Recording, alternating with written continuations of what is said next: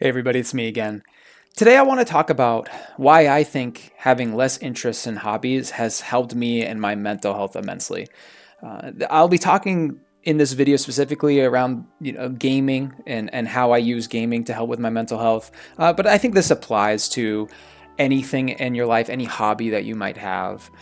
So if you maybe relate to this or are struggling with a lot of things I'm talking about, hopefully this will help you a little bit. So I'll start with the things that I primarily struggle with. So the two main things I struggle with is ADHD and then anxiety, and they tend to kind of work together. I have a lot of uncontrollable racing thoughts, which tends to lead to me having anxiety because I'm ruminating on things. I'm just thinking about so much stuff that it just brings me a lot of anxiety. So I also struggle with, and I'm sure you can relate to this if you have ADHD, is I tend to have really intense passion. I get like hyper fixated, hyper obsessed with stuff. And then it leads to just complete apathy. Like I don't want anything to do with it. And that also is similar to burnout. I tend to burn really hot and then burn out and then want nothing to do with what I'm doing. And I struggled with this a lot in my 20s. I did a semester in one college, went to a semester in another, changed my mind. I had different jobs. I keep kind of bouncing all over the place. And it took me a long time to kind of understand that and figure out ways to manage this and kind of take all of that noise that I have and try to focus it on a few things to be productive. So when it comes to gaming, growing up, I was really into like variety gaming. I had a PlayStation 2, PlayStation 3. I had a Wii. I had the lot, and N64 is probably the first thing I had actually. And I was pretty much like a general variety gamer. I'd go to the store, pick out a new game, play it for a little bit, go to the store, pick it out. But I was finding that like no game ever really scratched that itch, that feeling of like I want to be entertained. You kind of want that dopamine hit, when you have ADHD, you almost want something to fixate on it because it feels good. It feels when you are hyper focused that has downsides. Like being obsessed with something has a lot of downsides, but when you have ADHD, to only have one really intense thought is like relaxing. It's almost like silence for my brain. So I would always search for that thing, and when I would find it or something would get close, I would consume it as fast as I could and then move on to the next thing. And when I found World of Warcraft, it really helped me out because the game is so rich and deep and there's so much to do because I started in BFA. So I had all these expansions of things to collect, and there's all these different systems. There's professions and raiding and leveling characters. There's RP. There's so many different things you can do that when my brain hooked into it, it really kept my attention for a long time. And I started to notice there that like, okay, like maybe there's something to this. Like it's not maybe necessarily just World of Warcraft, but for someone like me that has a very short attention span, that has trouble focusing and has a lot of anxiety due to that, maybe if I give myself less options and I really just wake up and I know that I have these specific things that I want to focus on in life, I can take that feeling I have when I hyperfixate and I can artificially make it. I can put myself in an environment where I can't bounce off the walls. I can't move from thing to thing because there's only one thing in front of me. It's the idea that you go to a restaurant and you walk up to the counter and there's a menu options and there's like Mexican food, Italian food, pizza, and you go up there and you're like, I know I'm hungry. I know I want something to eat, but how do I even begin to choose? And when you have ADHD, I feel like I find that really problematic. But when you walk into a hot dog stand and it says hot dog with ketchup with relish, it's like my brain I can fuck with that. Like, okay, that makes sense to me. I know I don't like ketchup. I like the relish, so I'm going to get the hot dog with the relish. So I started doing that with my gaming and everything else in life, but I really want to focus for this video on gaming because I'm a gaming channel. So I want to talk about why variety doesn't work for me, and it has downsides, but I want to talk about the upsides for me of why I prefer to not variety game. And it's something, the first point is, I already talked about it, is less options. I don't load up Steam and see all the games I could play. I don't log into my Switch and see every game that's possible, because I'm sure you can relate to this, but there's been so many nights, and you do this on Netflix too. I know a lot of people that don't game have this experience with Netflix where you get off from work and you know you have 2 hours to play, let's say, and you boot up your Switch, let's just say, and you start playing Mario Odyssey, and you play for like 10 minutes, and it's like, maybe I'm not really into this. So you go to the next game, you play Legend of Zelda. You play that for 10 minutes, and you're like, no, and you just kind of like keep doing that. Next thing you know, that the 2 hours has gone by, and you've literally played like 6 games for like 5 minutes. Or the one that my wife struggles with, or like a non-gamer might struggle with, is going on Netflix and spending an hour looking for a movie, and you spend the whole time you had to watch a movie spending time looking for the movie, and you never actually watched one. Like, that's the worst. And when you have anxiety and ADHD, it's almost like a downward spiral. It's like the longer it takes for me to decide on something, the more my brain's like, you're wasting time. Oh my God, like time is ticking, like figure something out. And it's like the thing that's supposed to bring me joy and relaxation is bringing me stress. So when I log into my computer, I might not uninstall things, but if I look at my taskbar and there's just the BattleNet launcher, and then I open the BattleNet launcher and it just says World of Warcraft, my brain can't do anything else. Like, I don't have time to download another game. I don't have anything else to play. So I'm just going to play. And you log in and you have to figure it out.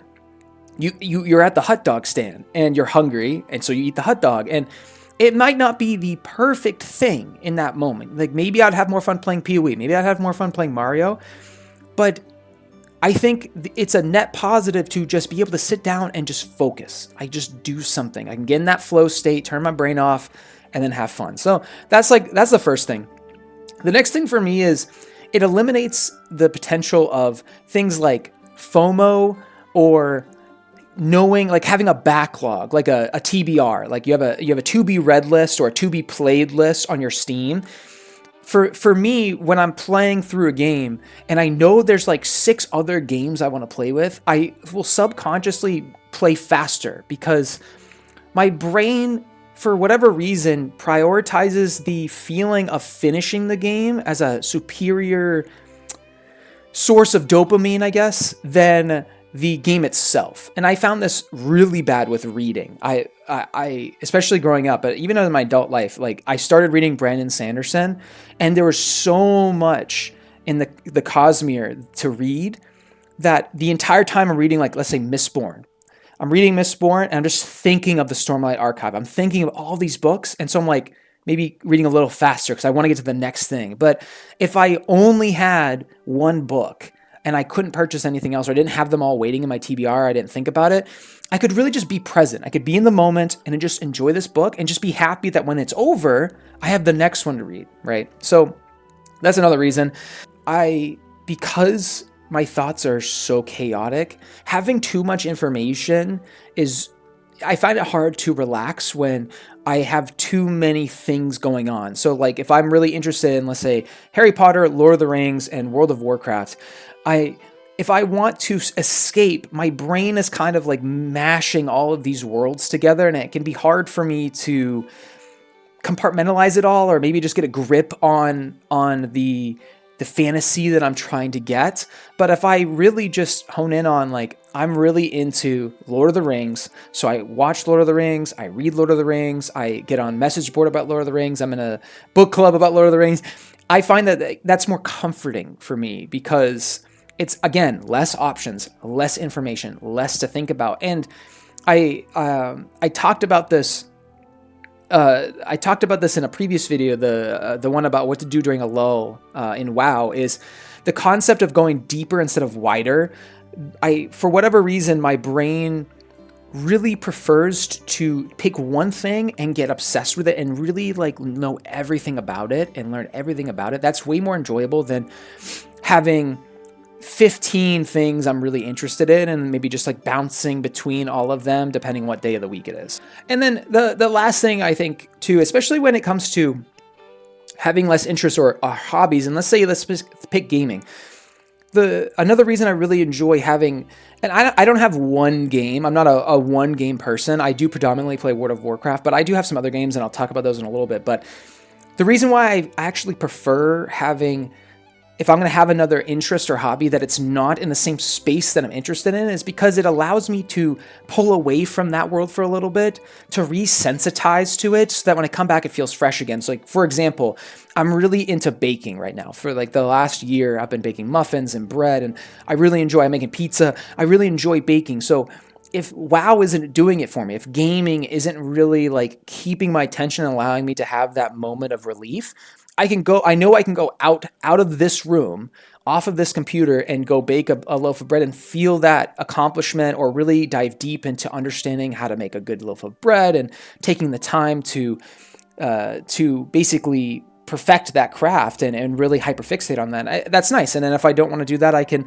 watch a good TV show with my wife. Or right now we're doing a Harry Potter marathon for Christmas. So it allows you to escape, versus like if you have many interests in the gaming world, like you play a lot of different games, you are always in this chair. And so for my brain, it doesn't necessarily feel like I've left this hobby, because it's like, oh, I just go from one application or one launcher to the next, versus like I am interested in this, but I'm also interested in hiking. So I'm going to escape and go leave that, leave this room to go do something else. Right.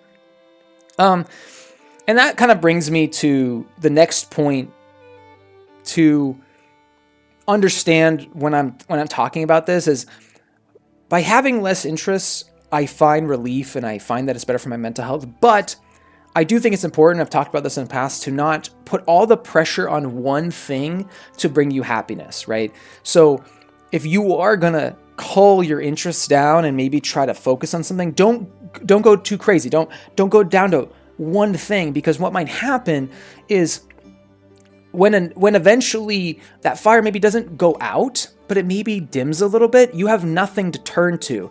And then you can start resenting that thing, right? Like if you are obsessed with the hockey and you're obsessed with the Boston Bruins, and being a mega fan of the Bruins is your favorite thing, and like that is your one hobby, when they go on a losing streak, it can feel like devastating, because like you don't like, the team is not playing well, so you're not enjoying watching the game, but you have nothing else to turn to. So there's definitely a point of diminishing returns and an extreme that we can hit here. So that's something I'd be careful to, one, not put one medium, like sports or gaming or cooking or exercise. Like don't force one thing and then one maybe specific thing within that niche to give you all your happiness. I'm by no means making this video to tell you really just play one video game and only do that. It's more just turning off a lot of the noise, because there's so much going on right now. There's so much to be interested in this world. There's so many games and technology, and there's so much cool stuff. Like YouTube alone is so cool, where you can learn pretty much anything on there, and that it can just get overwhelming for someone like me that has a very chaotic brain, that I can get really overwhelmed with that. So if you are struggling with this, maybe take all of the things that you're generally interested in, maybe write them down, and maybe try to say, all right, for the next 6 months, I'm just going to maybe focus on these 2 or 3 things that are slightly different from each other, and try to go deeper into those things, really understand them, really get better at those things, and see if that maybe helps with the chaos. And if you're looking to, maybe take this advice, and gaming is something that you've identified as a space that you really enjoy, I highly recommend 2 kinds of games.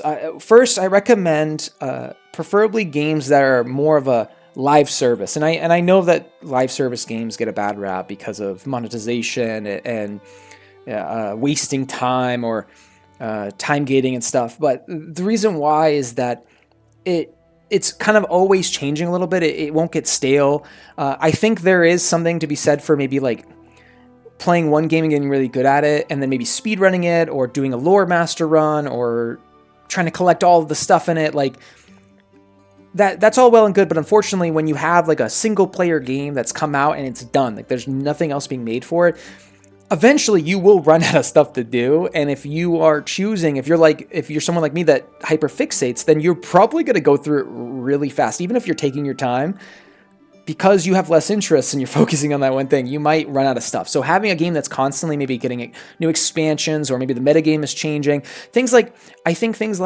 card games, Magic the Gathering, Hearthstone, those games, especially like something like Magic, is going to be around forever, right? Or D&D, another great example is it's kind of always evolving, always changing if there's something to keep up with. And that leads me into the next thing I encourage you to do is I think it's really important to pick a game that involves other people, community. Whether it's actual PvE or PvP is irrelevant to me. Whether or not like you have to group up constantly or not, I think that's irrelevant. The idea is that there's a community there.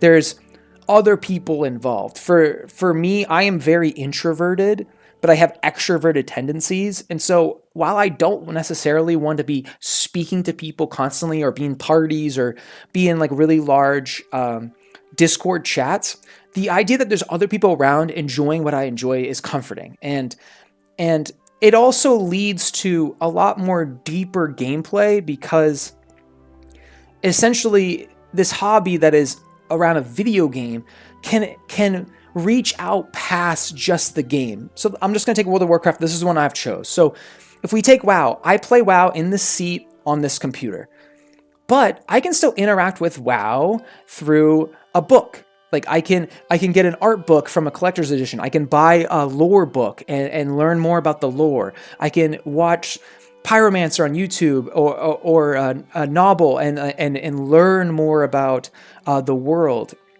I can go on Twitch streams and interact with communities. I can run a guild and be in Discord. I can meet my guildies in person and have real life friendships. You kind of get my point. There's a lot more that can be done, and you can take this hobby that, relatively speaking, is restricted to this spot right here, and it can expand it. So if you do find yourself maybe burning out of like one aspect of it, there's other aspects that you can maybe dive into that you haven't done yet. Like for me, I want to get into pet battles and I want to get into professions in 2025.